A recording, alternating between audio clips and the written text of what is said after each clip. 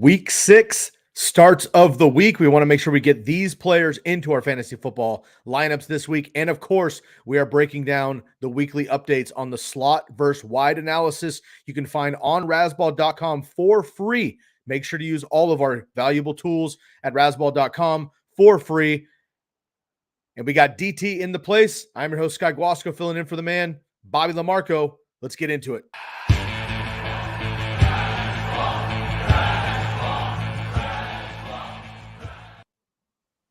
Welcome back to the Razzball Fantasy Football Show, everybody. I'm your host, Guasco, filling in for the big man, Bob LaMarco, taking a vacation day today. We got DT in the place as well, Donkey Teeth, at Donkey Teeth 87 on Twitter. You can find me at Guasco, SKYGUASCO. We're going to be breaking down the Week 6 starts of the week, and we will also be diving into our slot versus wide analysis as well. This is one of my favorite shows that Razzball has to offer on the podcast and on the YouTube show every single week. I learned so much knowledge from you and Bobby usually, and now I get to host it, which is kind of fun. So I'm excited to dive into this. We have 3 players each that we're going to have as a start of the week, and of course, some slot versus wide analysis as well. DT, before we get into that, I want to, of course, make sure everybody is following us and subscribing right here under the Razzball Fantasy Football YouTube show. We're just close to 1,000 subscribers, just kicked it off this summer, so we're doing well. We appreciate the support. Make sure to phone a friend and get us to subscribe. Leave a comment below. Let us know some of your starts of the week as well. And of course, if you have any of those start-sit questions coming up this weekend, join us every single Sunday morning, 3 hours prior to kickoff, right here on the Razzball Fantasy Football YouTube show for our Sunday live start-sit show. We are kicking off 3 hours before the games, and we will get you going. No London game this week, so we'll be right on time.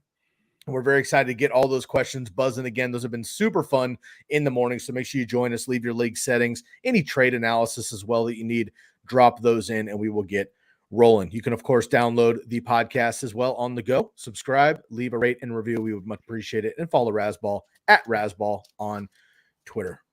All right, DT, enough of the intros.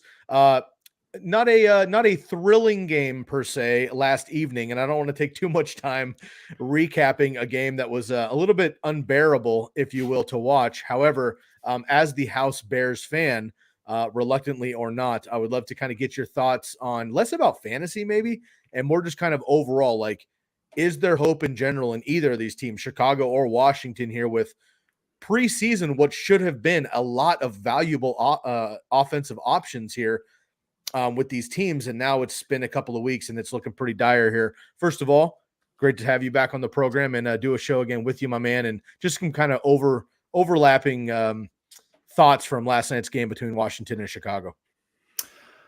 Yeah, I mean, what a game, right? It's just like, this is what football is meant to be. It's beautiful football every Thursday night, really. These games are just bangers. 1940s, dude, just getting it done. A lot of running, a lot of defense, couple sacks, some turnovers. They're just so sloppy. These guys, they need the full week of rest and practice, obviously.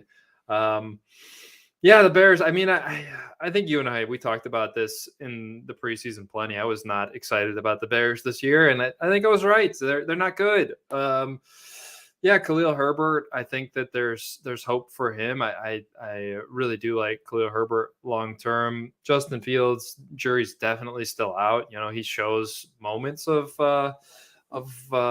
glimmers of hope. Every time he gets hit, though, it takes him like 10 seconds to get up. He seems like really dramatic, doesn't he? There was a few of them. There was like 3 plays in a row where the announcers were like, uh-oh, like Michaels was like, is he getting up? And then he played another one, took another shot, was like, not looking good. Seems like a drama queen to me. I don't know. But yeah, I guess my big takeaway is Antonio Gibson. He came in on that one drive and just absolutely dominated, right? And then he was never to be seen again. So I don't know what he did to Ron Rivera, that he's just like giving the job to the rookie that was shot twice, Brian Robinson. But Ron Rivera hates Antonio Gibson. Yeah, which is really tough because, of course, there was that silly mock of him comparing him to Christian McCaffrey last year when he got the job. And everyone's like, for reals?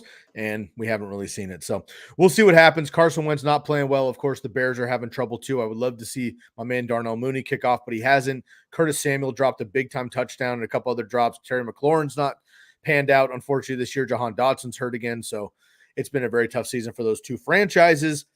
But that is it for the Thursday night pseudo recap. I just want to get your thoughts there on the Bears, see if there's any hope for anybody in Chicago or DC to kind of next year. Maybe next year. Maybe next year. There's always next year. I love it. All right. And unfortunately for both of those teams, of course, they're playing in great divisions. I mean, the Packers and Vikings are running things in the North per usual, and the Lions are at least competitive every single week. And then when you look at the NFC East, who was the NFC least for about the last 4 years, all three of the other teams, the Giants are 4-1. And so are the Cowboys. And then the Eagles, of course, are undefeated. So great divisions there. All right, man, let's get into our starts of the week here. We've got 3 apiece. I'll let you kick it off. And we're looking at the wide receiver position specifically for starts of the week. So for the rest of our starts of the week, of course, you can go to Razzball. You can check up Jacob Charno's article. It's a great article every single week that's dropped for starts of the week. And of course, you can join us on Sunday Live for all of your other start-sit decisions. But for this show, for the slot-wide analysis that you can find on Razzball.com for free, that our good man Bob LaMarco puts together every single week. Make sure to go and check that out here. And we are going to clean it up. There you go. You can go to Razzball.com and just type in the slot versus wide. It'll pop right up, or you can Google that if you'd like to. Razzball slot versus wide. You can pop up this sheet. It is you can move it around. You can type in, any team up here that you would like to dive into. You can cycle this from, least to greatest to next opponent to slot versus wide analysis. We will get into all this stuff as we get going through the episode here. So please use our tools.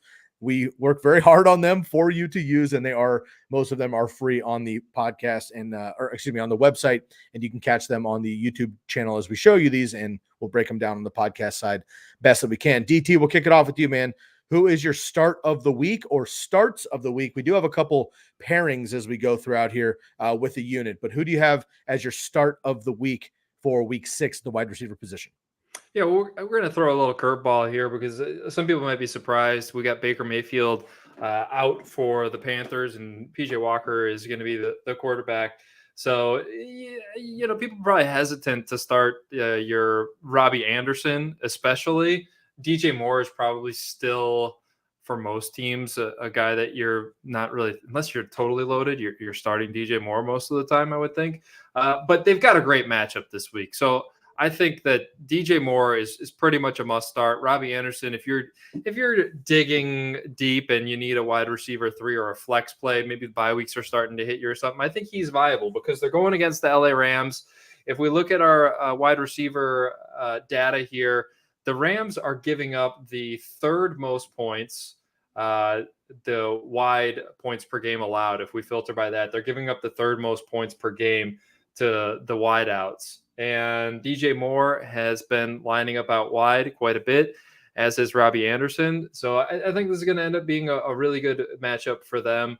And you mentioned that you've been listening to Bobby and I do these shows. I listened to you and Bobby do the first episode of this, and you were talking about Jalen Ramsey and him not necessarily being the scary lockdown corner that he has been in the past. So I think that's what we're seeing in the numbers here. He's just not the same guy he used to be.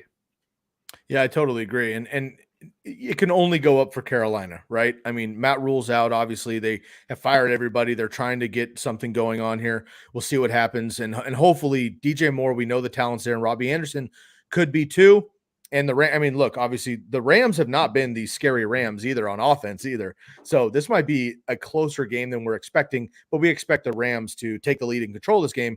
Therefore, PJ Walker's going to have to at least throw it. I love the Robby Anderson call. I mean, everybody wants DJ Moore to be well, and Robby Anderson's kind of been a joke for a couple of years. He has big games and then disappears. PJ Walker in limited time with Carolina has actually favored Robby Anderson over DJ Moore, which is interesting. We always talk about backups, continuity. You get the number 2 wide receiver, the number 2 quarterback. They pair a little bit more than the number 1 quarterback in DJ Moore. So look out for that one. I think that's a great call there. Yeah, and PJ Walker, he's not one of those backup quarterbacks that comes in and does those like dink and dunks and the crossers that DJ Moore might be known for. He bombs it. So that's the quarterback that Robbie Anderson needs. Exactly. I totally agree. And we need more downfield work. Christian McCaffrey will get his 10 targets. Don't worry about that. But we need to make sure that the rest of these wide receivers have an opportunity. All right. So the Panthers pairing is going to be our first start of the week this week. DJ Moore and Robby Anderson. We'll see what happens. Can only go up from where they're at. I'm going to take another kind of curveball, not a super popular fantasy player, pretty much only because the guy doesn't score touchdowns, but that's not necessarily on him per se. But Jakobi Meyers has been very impressive. Top 15 wide receiver in all formats so far. He's going up against Cleveland. Now, Cleveland is actually surprising here. You can see them number 20 overall, but it's a little bit – some of these stats are like the high-level stats. That's why we all try to get a little bit more granular on this analysis. Some of these stats are a little bit misleading. So the Browns can't stop anybody on the ground right now. Therefore, you don't have to pass on them as much. So sometimes the total numbers don't make as much sense. But going up against the Browns here, the Browns are the worst in the NFL and in fantasy football against wide receivers. And Jakobi Meyers plays about 58% of his snaps out wide. So he's a little bit, not 50-50, but a little bit more leaning to the wide versus slot. They put him all over the place. But when he's out wide, he's going to have a great opportunity. I like Zappy. I think he's going to be just fine. I do think the Browns will be able to score with your boy Amari Cooper playing really awesome. Nick Chubb's out of his mind right now. Kareem Hunt's playing well. And Jacoby Brissett's just fine. So the Browns should be able to put up points against the Patriots. And when they do that, I think the Patriots are going to have to chuck it on the way back. And if Jakobi Meyers ever would score a touchdown, he would be up in that high 20s, probably PPR fantasy points. So for me, kind of a sneak attack start of the week this week. DFS, maybe, if nothing else, is Jakobi Meyers. Any thoughts on the Patriots kind of overall? I know it's not a super exciting pick, but we have a lot of quality wide receivers out on bye this week with 4 teams out. Yeah, I like the Jakobi Meyers call. I was looking at him as more of a slot, so I was actually thinking maybe he'd be a fade this week. I didn't realize that he was playing 58% out wide, so that's a pretty useful piece of information. When you asked me for my names, Nelson Aguilar was actually one that I had thrown in there, and he's coming off a total stinker. So, yeah, I definitely prefer to start Jakobi Meyers, especially with the information you've added here. But Aguilar, if you're desperate, he could be startable. I like it. Either way, we're not necessarily totally fading the Patriots, which is maybe not something we would have said the first month of the season here. All right, let's get into your next player here. Who is your next start of the week? Yeah, well, before I dive in on Mecole Hardman, we got a question from the audience. We might as well hit it here. Let's get it. Since Chris has been so kind to show up. Yeah, CeeDee Lamb or A.J. Brown. Who would you be looking at as far as running backs? I mean, I think I would rather trade away CeeDee Lamb and keep A.J. Brown if your partner is valuing them relatively equally. Maybe you can get Breece Hall, Alvin Kamara, Joe Mixon kind of tier. I think I would like somebody in that range, even DeAndre Swift, maybe, if you have that kind of luxury to wait on that injury. What are your thoughts, Guy? I think you hit the 4 players I probably would have mentioned. I want to say a guy like James Robinson or Najee Harris or J.K. Dobbins or, these guys. I mean, like Jeff Wilson's been fun, but he's going to be done in a while when Elijah Mitchell comes back. CEH has been terribly unproductive. He's just scoring touchdowns. Miles Sanders is hit or miss. Ramondre Stevenson's grown, but not yet. I don't think you can get Aaron Jones yet. So I think you hit the nail on the head, man. I think those are all high quality names, and I would go after all of them. I agree with you. I would rather keep CeeDee Lamb than A.J. Brown. I agree. CeeDee's already been averaging 19 fantasy points in PPR. A.J. Brown had a massive week 1, but he's really tanked kind of since then. And Devonta Smith has come up big time. He was almost one of my starts of the week this week, but the Cowboys are just so good defensively that this week I didn't put him in as a start of the week, but he has also been playing very well. So I agree with you here. I would trade Lamb instead of A.J. Brown. And what running backs? I think you nailed it. Breece Hall is probably the guy because he doesn't have all the hype yet, or he's got the hype, but not the numbers yet. The other guys might be outpacing him, but I think those are all great calls. Cool. So moving back on to Mecole Hardman, let's see, where were we at here? The Chiefs are getting the Chiefs are going up against Buffalo. So Buffalo, I think their secondary is a little bit more healthy than they have been, but this game, it's got to be a shootout, right? There's going to be a lot of points scored here between the Bills and the Chiefs, and 73% of the points that the Bills are allowing to wide receivers are coming out wide. We saw Mecole Hardman finally have a little bit more of a game of what we kind of expected from him coming out of college. He was hyped up and supposed to be the next Tyreek Hill kind of speedster in this offense. And we've been waiting on it forever. Finally saw some of that last week. I think that this is going to be a nice matchup for him against the Bills in a game that they're going to need to score a lot of points. I totally agree. I think another name too is MVS. He's just got to catch the ball. Like his drops they drive me insane, but he can get open too. And we know that this is going to be a shootout. This is either going to be one of those like disappointing games where we expect a bunch. It's like 27-24 or something, or it's going to be like Rams Chiefs a few years ago, which is going to be 50-50, right? Yeah, thank God they aren't playing on Thursday. For real. I think it's so silly, though. I made a comment after the Raiders-Chiefs game, which was an entertaining game, but the Raiders are the Raiders. I'm sorry. The Raiders and Chiefs get the primetime game last week, and then we get this game like middle of the day, like Sunday, like just as part of the slate. I was like, who made that decision? Like, what are we doing here? We got Monday night, the two cream of the crop of the AFC, and you're just like plugging them in with everybody else on Sunday. Like you're looking for, the NFL is all about the money, right? That didn't really make a lot of sense to me, but nonetheless, I like that a lot. Mecole Hardman's a good move there, and especially with the out wides, and then of course MVS, but he's a little bit less predictable there. All right, man, this is one that, I got to throw you a bone here before I even get into this. So we're a month in.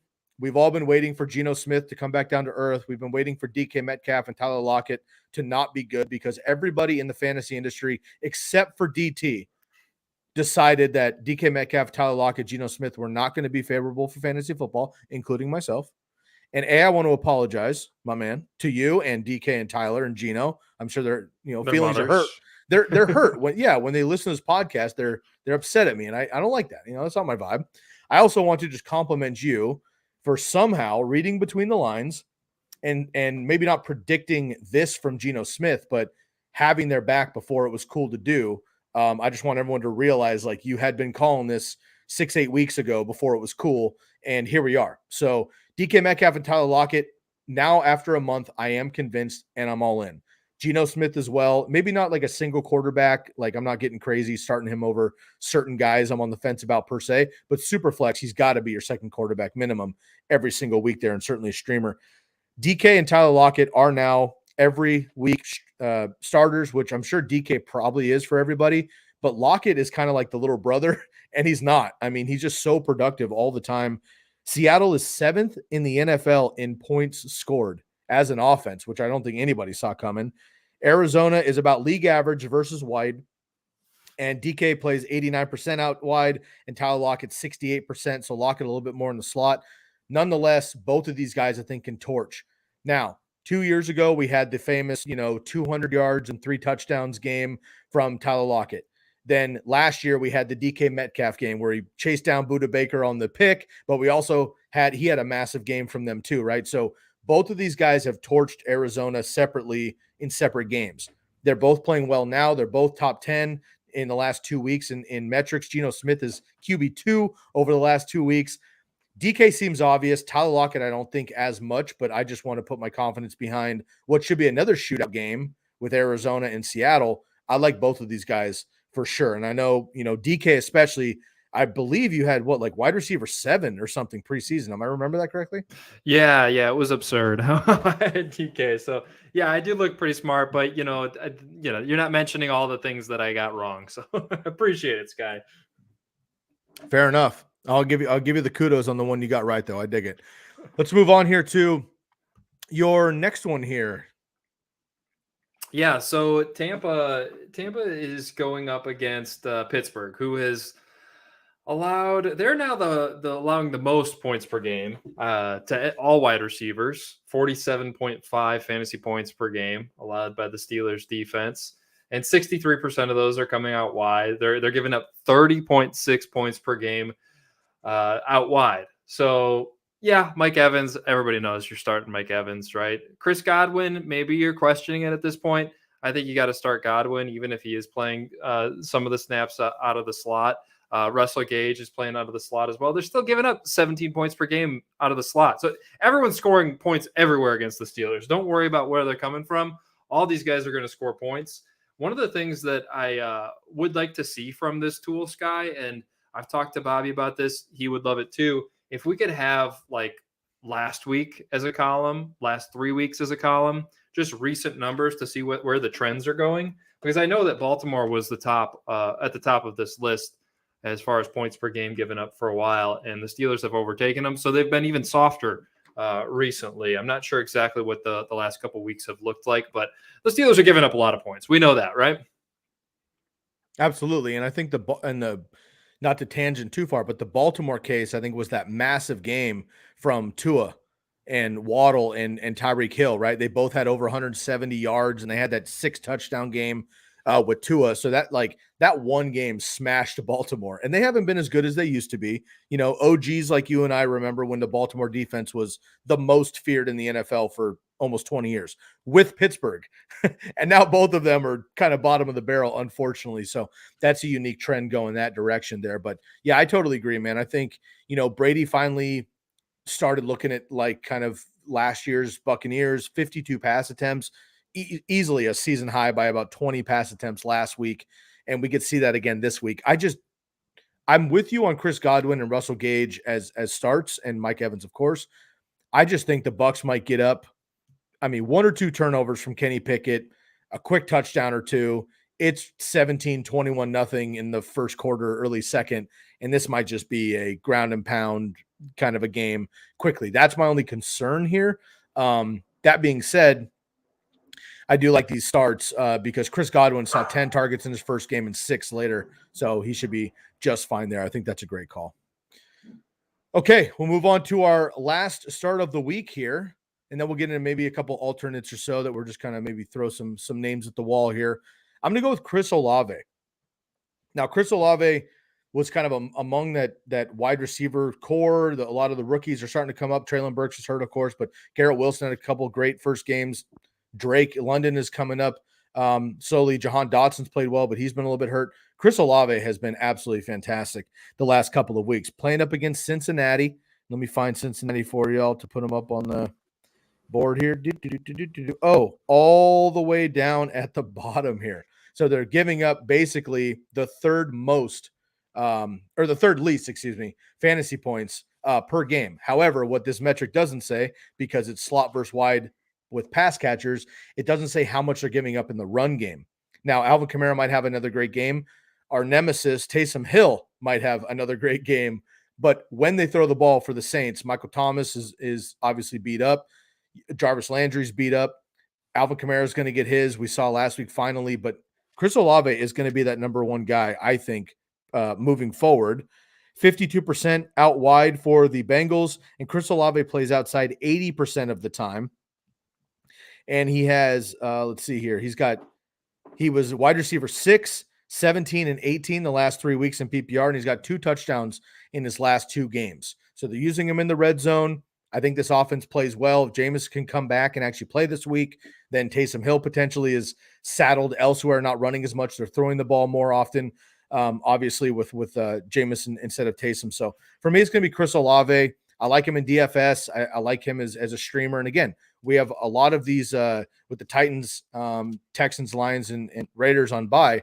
We have quality wide receivers out this week. And I think you might be looking at your bench, your usual flex guys this week that might need to be your wide receiver 2s. And I'm comfortable with Chris Olave being one of them.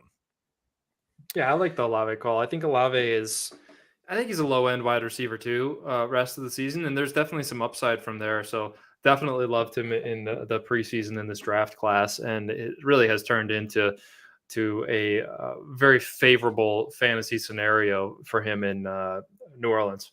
Absolutely. DT, before we get out of here, we don't need to get too in-depth per se on analysis or anything else, but is there anything else about this tool that you look at a little bit more closely when you're doing research? Do you specifically look more at like wideouts because those are generally your number one guys, or do you look more at like the slot because I already know what the number one guys are going to look like, but I want to know what those number 2s and 3s and flexes will look like? Do you look at defense, opponents? What's kind of your number one dissection of our tool here? Yeah, well, I mean, I think injuries are something to add in. Having the context like you mentioned about the Ravens, having that one blow up game against Tua, that kind of stuff is helpful, and you're not going to get that just from looking at the numbers. So if you can dig in a little bit further and have your finger on the pulse on that kind of stuff, definitely helpful. But yeah, I mean, even just sorting by points per game allowed will kind of give you a little bit more context. I don't know. Some people it may speak to them the percentage more than the number, but if you just look at the number, it's like, yeah, the Steelers are giving up 30 points per game out wide, and they're going to play against Tampa. I mean, if the trend continues, you're talking about Mike Evans, putting up 15, and these other two guys, combining for 15. One of them will probably go off for 50. Mike Evans will probably score 25 in PPR, and Godwin will probably score 15, something like that. But just kind of piecing the whole puzzle together, because the issues come when we just take the numbers and we say these are the numbers and we don't have the full picture. And I think in a lot of life, when you start to look at things in terms of numbers, corporations treating people like numbers, that kind of stuff, we run into issues. So having that kind of context and using your brain to piece together what the numbers actually mean and if we're on the right track, right? Absolutely. I love that. And I love all that you had mentioned. I'll just kind of dive into my side here. Is I look at the discrepancies in like the percentage, right? So let's just take, for example, look up at the top here. Cleveland has been the best against slot, right? With Jacksonville, surprisingly, but they're horrendous versus out wide. So that's a massive discrepancy, right? 70% versus 82. Okay. Houston down here, 20 versus slot. Okay. But they're getting smashed on the outside. But then we start scrolling down here, and then you're going to start getting closer to the mean a little bit. And that's when I start looking at, what are the biggest discrepancies like this? Baltimore, right? We had mentioned that they're getting kind of beat up, but they're 50-50. So like they're giving up a lot of points, but there's not necessarily one position that burns them. It's just like it's either everybody or it's kind of like similar matchup. And then you also look at the opponent. Okay, we talked about Baltimore being bad. Great. Who are they playing? Oh, the Giants? DT, I can't remember. Do the Giants have any receivers? I can't. They don't have any. Yeah, I can't remember. They just run the ball. Yeah. So it doesn't matter in that case, right? So again, you're talking big picture. This tool is super awesome and it's so great to use, but you got to look at bigger picture and kind of also look granular, and I think have like multiple mindsets as you go through it. So great tool. Once again, shout out to our man Bob Lamarco and everybody else behind the scenes that helps put together the slot versus wide tool every single week. It's very, very helpful to us to help present to you these episodes, but of course to you as well. And DT, before we get out of here, we do have another question here from Tazen. I want to make sure we get that knocked out, and then we will get rolling. Thanks for jumping in, my man. Sutton and Walker for Higgins and ETN. So I'm going to imagine this is Kenneth Walker and ETN is Travis Etienne, of course. And let's just assume this is maybe a half PPR DT, so, as we don't know the league setting per se, but this is a trade, Sutton and Ken Walker for Higgins and Travis Etienne. Yeah, I don't know that the league settings are really relevant to this question. I think Sutton and Higgins, pretty much a coin flip for me. PPR if it matters. Thanks PPR. For chiming in, Tazen. I mean, slight lean. I think even more so in full PPR, it's a coin flip because Sutton gets a little boost in like standard league with his big play ability.